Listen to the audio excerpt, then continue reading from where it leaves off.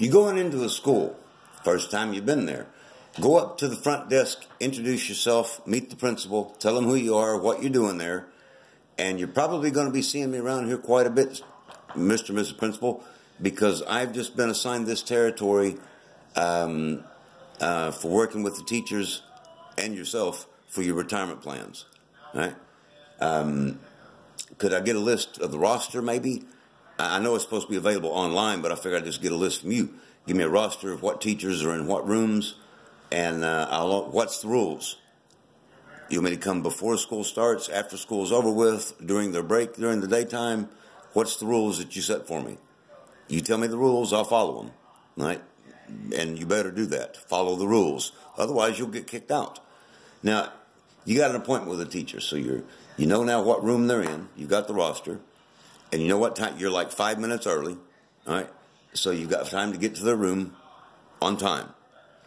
As you're walking down the hallway there to get to that teacher's room, well, maybe there's a teacher standing in the hallway just looking at a paper or whatever, looking, hey, I'm looking for so-and-so's room. Is it this way or that way?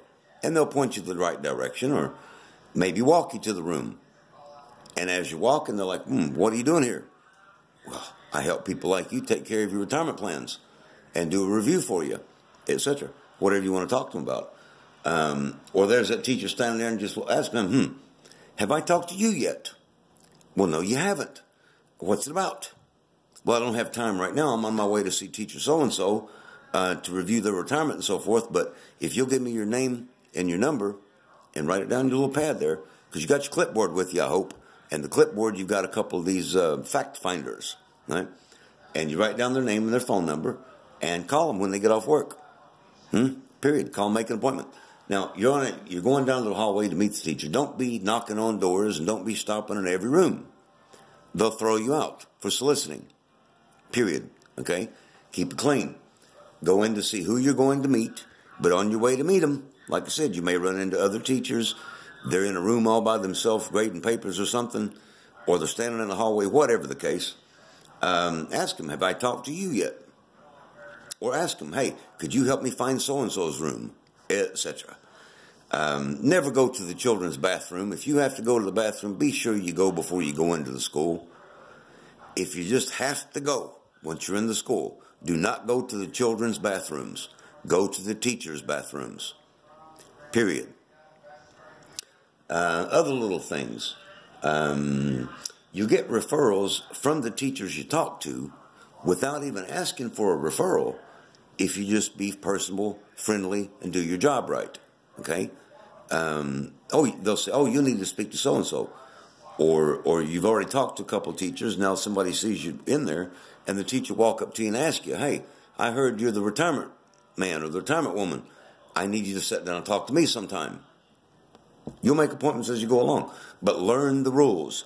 Ask the principal, what are their rules in their school? It's like in the military. You're talking to the general. Well, actually, you're talking to the colonel. The general's up at the school board, okay, at the district. And they've already authorized you to be in their schools. So now you're down talking to the general or captain or whatever you want to call them at the school. That's the military unit. That's the school, right? And you got to get their permission. You got to follow their rules. So you want to know what those rules are, right? Google. Please spend the time and learn what you're doing. Learn who you're talking to. You're talking to teachers. Teachers belong to a teacher's retirement system of your state. Go on Google. It's public information. Google your state's teacher's retirement system. Google it. The PERS, the Public Employees Retirement System, or the Teachers Retirement System, TRS, whatever they may call it in your state, PERS, TRS. Google it. Find out how the system works in your state. One state, I think it was, could have been Arizona, Nevada, somewhere. Their plan says that the teacher must work in the same school district for 33 years in order that at their retirement time, they take the last 3 years they worked, take the highest income from those last 3 years, and if you work 33 years in the same school district, you'll have 75% of your pay will be your retirement pay. But if you did not work 33 years in that same district, that percentage keeps coming down, down, down, down, down. All right? So learn your state's retirement system and how it works before you go into a school.